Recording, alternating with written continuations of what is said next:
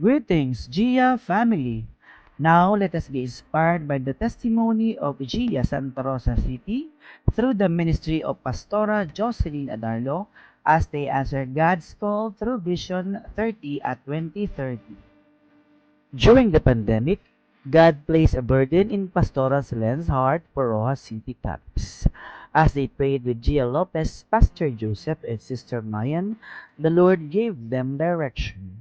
When Vision 30 at 2030 was launched, it became a clear confirmation of God's calling to make disciples and plant churches.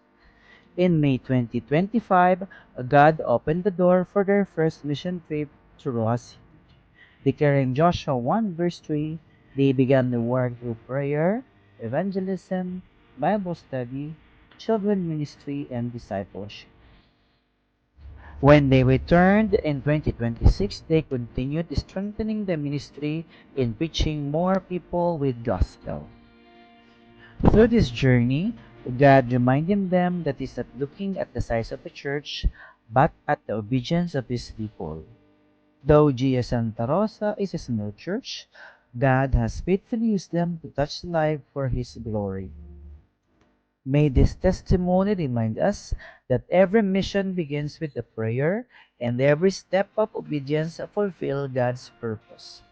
Together, let us continue to trust God and faithfully share the gospel wherever He leads us. Together, let us advance God's kingdom. Vision 30 at 2030, 30 churches by 2030. Sama-sama, tulong-tulong sa pagsulong ng kaharian ng Diyos.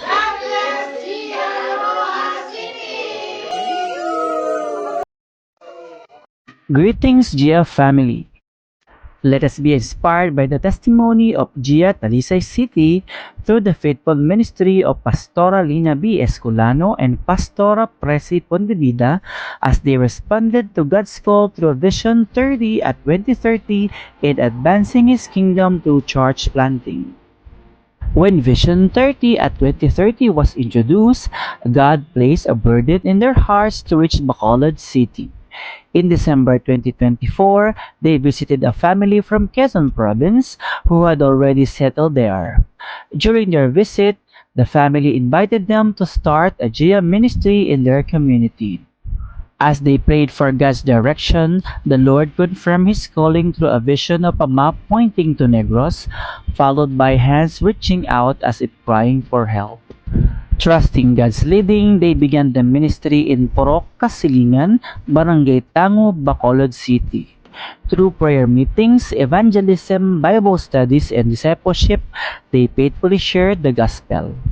They also turned birthday celebration and family gatherings into opportunities to introduce people to Jesus Christ, reaching more families with the message of salvation. God has been faithful in every step of the way. Lives have been transformed, families have been restored, children, youth, and adults have come to know Jesus Christ. What began with one family's invitation has grown into a ministry that continues to bring hope and glory to God. As one family, let us continue to pray, obey, and work together until more churches are planted and more communities are reached with the gospel. Together, let us advance God's kingdom, Vision 30 at 2030, 30 churches by 2030, sama-sama tulong-tulong sa pagsulong sa kaharian ng Diyos. Greetings, Gia family.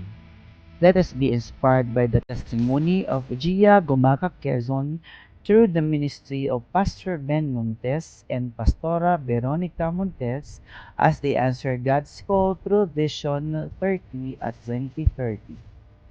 In May 2023, what began as a family reunion in Negros Occidental became an opportunity to share the gospel and lives were led to Christ. As they continued to pray and seek God's direction, the Lord confirmed their calling through Vision 30 at 2030, giving them a burden to reach Negros through church planting. In November 2024, they returned to Negros Occidental, beginning with prayer walks, communion, and intercession in Bacolod City, declaring the islands for the Lord. They continued the mission through evangelism, Bible studies, and discipleship, family worship in Himamaylan City, reaching 3 barangays. By God's grace, Pastor Ben's nieces and nephews also began attending worship services and Bible studies. God continues to open doors as families grow in their faith.